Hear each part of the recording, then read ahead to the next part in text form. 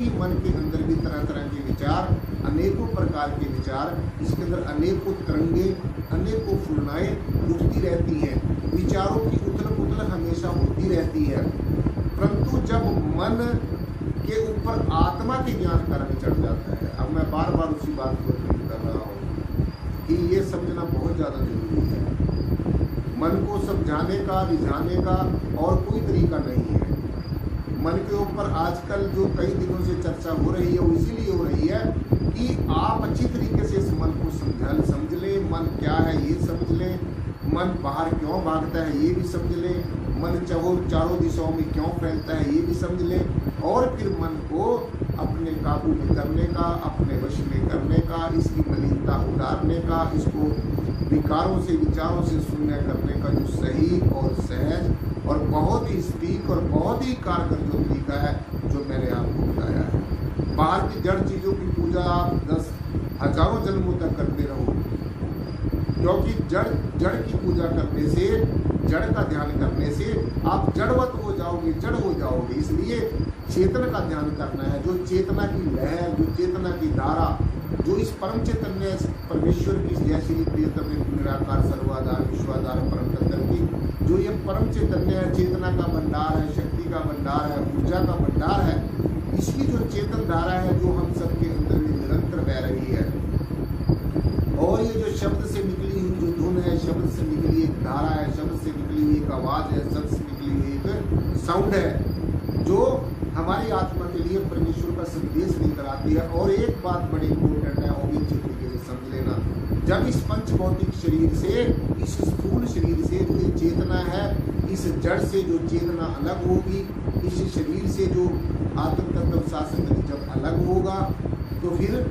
क्या हो, कैसे हो सकता है वो? जीवित मरिए भवजन तरिए, जैसे मरते हुए समय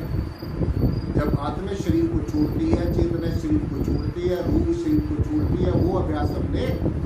जीते जी करना है। इसलिए हमारे संत महापुरुषों ने संदेश दिया है कि जीवित मरिए भवजल तरिए। भव जल से का मतलब है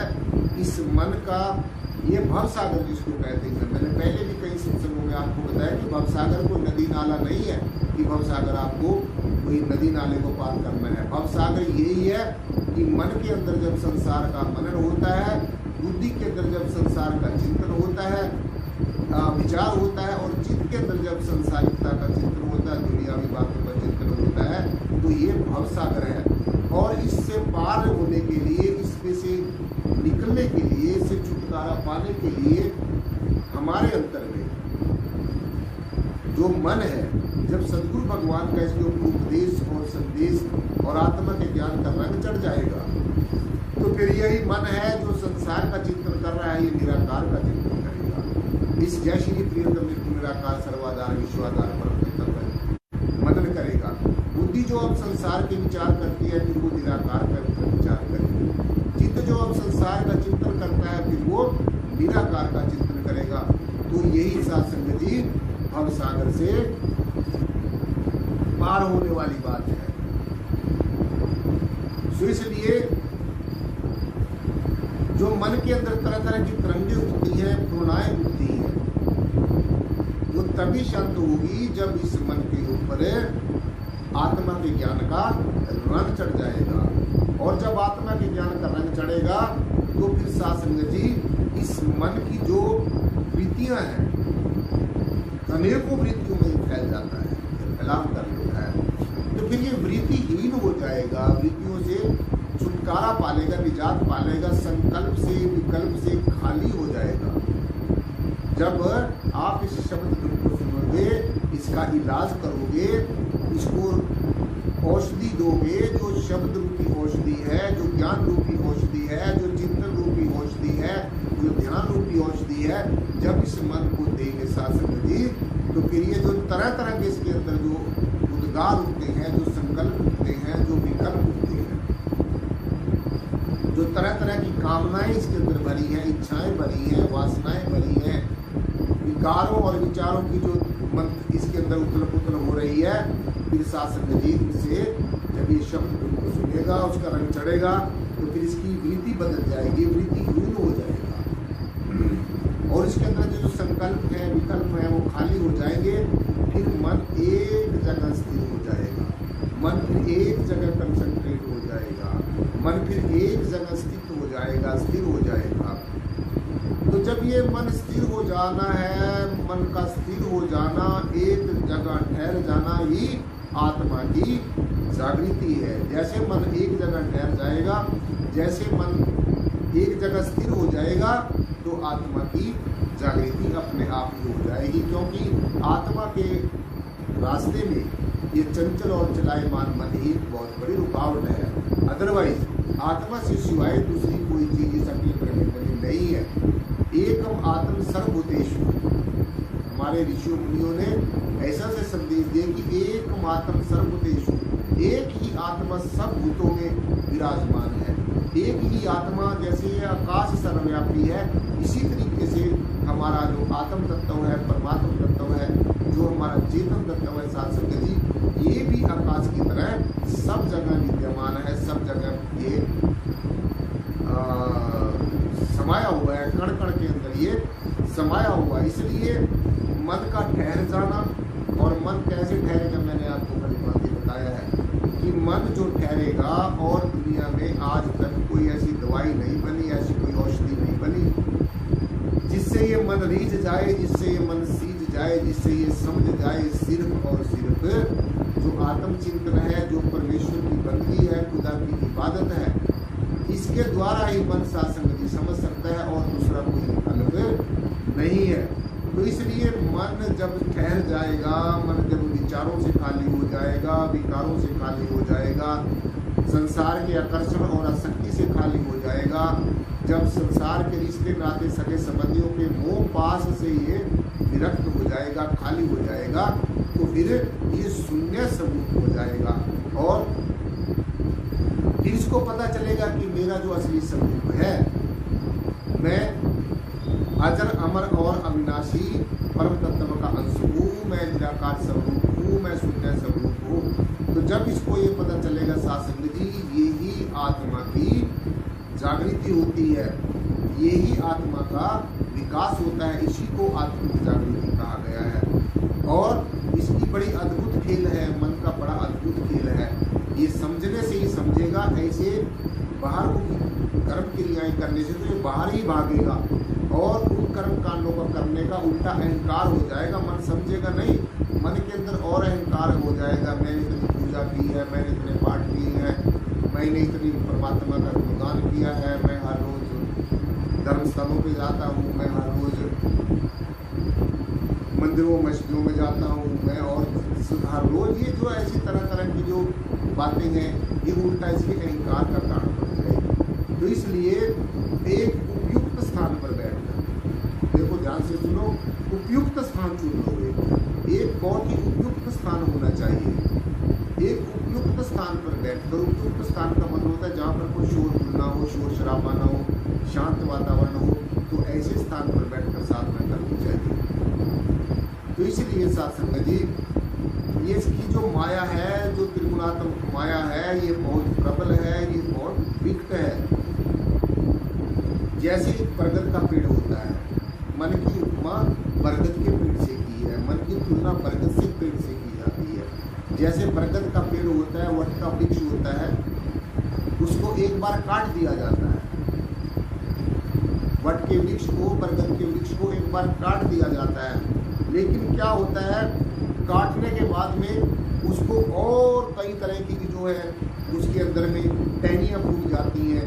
उसमें नई नई कोमलें फूट जाती हैं, और वो काटने के बाद में पहले से भी बहुत विशाल होता चला जाता है। नई उसमें कोमलें फूट जाती हैं। तो सत्संग जी,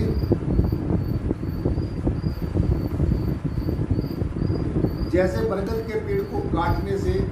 उसमें नई नई कोमलें फूट जाती हैं, नई नई और टहनियाँ फूट जाती हैं, तो ठीक इसी प्रकार से मन के अंदर भी तरह तरह की प्रेरणाएं उठती रहती हैं, तरह तरह के संकल्प विकल्प उठते रहते हैं। चाहे आप इसको ये समझ लो कि मैंने काट दिया है, बस मैंने इसको अपने वश में कर लिया, लेकिन फिर भी ये दब वश में होने, आप सोचोगे इसको मैंने अपने मन को वश में कर लिया, लेकिन ये थोड़ा दब जाता है, और समय पाकर फिर पुकार मन मारने लग जाता है। फिर इसके अंदर तरह तरह की प्रेरणाएं उठनी शुरू हो जाती हैं। परंतु जब सदगुरु की कृपा से आत्मज्ञान का, आत्म अनुभव का जब रंग इसके ऊपर चढ़ जाता है साथ संगत जी, तो फिर इसके अंदर जो अंधकार है, जो नेगेटिविटी है, जो नकारात्मक दृष्टिकोण है मन का, और जो अंधविश्वास में, तरह तरह के अंधविश्वासों में ये मन फंसा हुआ है, तरह तरह की मूल मान्यताओं में ये मन फंसा हुआ है, और अहंकार जो मैंने बताया है आपको, अहंकार अहम, सूक्ष्म रूप से अहम, इसका तभी समाप्त होगा जो इसके अंदर छिपा हुआ अंधकार है, जो मन के अंदर छुपी हुई जो अंधविश्वास है, जो मन के अंदर तरह तरह की छुपी हुई शंकाएं हैं, जो मन के अंदर तरह तरह के छुपे हुए जो संशय हैं, जो भेद हैं, डिफरेंसेस हैं, वो तभी सात्संग में उतरेंगे, तभी दूर होंगे जब इस मन के ऊपर